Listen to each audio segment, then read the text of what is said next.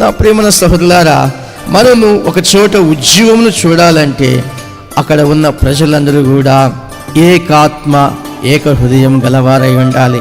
పేతురు వాక్యం ప్రకటించినప్పుడు వాళ్ళు 5,000 మంది మారు మనసు పొందిన వారై కొత్తగా ఏర్పడిన సంఘములోనే ఏక హృదయము ఏకాత్మ ఉంది. ఈ రోజున వందల సంవత్సరాల సంఘాలు, చరిత్ర ఉన్న సంఘాలు కూడా ఉన్నాయి, కానీ వాటిలో ఐక్యత లేదు, ఏక హృదయము ఏకాత్మ లేదు. ఒకరొక మాట అంటే ఇంకొకరు ఇంకో మాట మాట్లాడుతూ ఉంటారు. నా ప్రియమైన సహోదరులారా, అలాంటి సంఘాలలో దేవుని ఆత్మ ఉండనే ఉండదు. ఆ ఆత్మ అక్కడ పని చేయకుండా వారే చేస్తూ ఉన్నారు. వారి మధ్యలో ఉద్యమం రాకుండా విరోధత్వం పనిచేస్తూ ఉంది. ఈ విరోధత్వమును తొలగించుకోవడానికి క్షమాపణ అవసరం. యేసు ప్రభువుని ఎంతగానో బాధించారు ప్రజలంతా కూడా. అయినా యేసు ప్రభు సిలువలో ఉండి ఏమని మాట్లాడుతున్నాడు?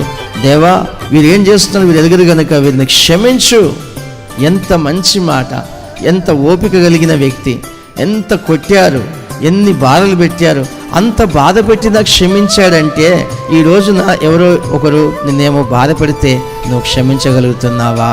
నువ్వు ప్రేమ చూపించగలుగుతున్నావా? అలాంటి ప్రేమ మనలో ఎందుకు లేదు అంటే యేసు ప్రభు మన హృదయంలో లేడు. ఎవరైనా ఏదైనా తప్పు చేసి మన గురించి విరోధమైన మాటలు మాట్లాడుతున్నారంటే వెంటనే వెళ్ళి అడగాలి, క్షమించుకోవాలి. అది దేవుని ప్రేమ. దేవుడు అక్కడ నివసిస్తున్నాడు. మనసులో ఉంచుకొని దాన్ని అలాగే పెంచుకుంటూ పోతే విరోధత్వం పెరుగుతుంది. అప్పుడు ఆ మనిషి విరోధమైన స్వభావం కలిగి దుష్టునికి చోటిస్తాడు. దుష్టునికి చోటిచ్చిన మనిషి విశ్వాసం నుంచి తప్పిపోతాడు.